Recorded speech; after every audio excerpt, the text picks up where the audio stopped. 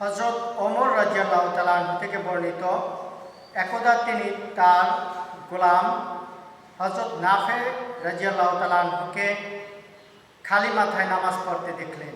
অতঃপর তিনি তাকে বললেন, তুমি যদি কোনো নেতৃস্থানীয় ব্যক্তির সাথে সাক্ষাৎ করতে যাও তাহলে কি খালি মাথায় তার সাথে সাক্ষাৎ করতে চাও?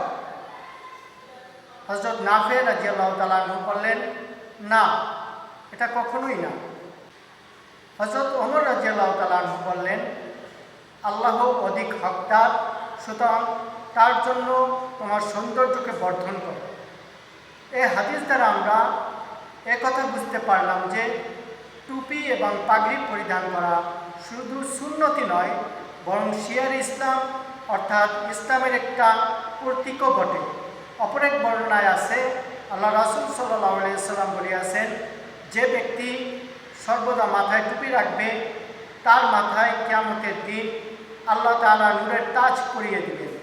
অপর এক বর্ণনায় আছে, যে ব্যক্তি সর্বদা মাথায় টুপি রাখবে হাসরের ময়দানে সূর্যের তাপ তার মাথায় লাগবে না, বরঞ্চ এর টুপি ছায়ার মতো তার মাথার উপরে থাকবে। আল্লাহ তাআলা আমাদেরকে সর্বদা আল্লাহ রাসূল সাল্লাল্লাহু আলাইহি ওয়াসাল্লামের সুন্নাত টুপি পরিধান করার মতো তৌফিক নসিব করেন। আমিন।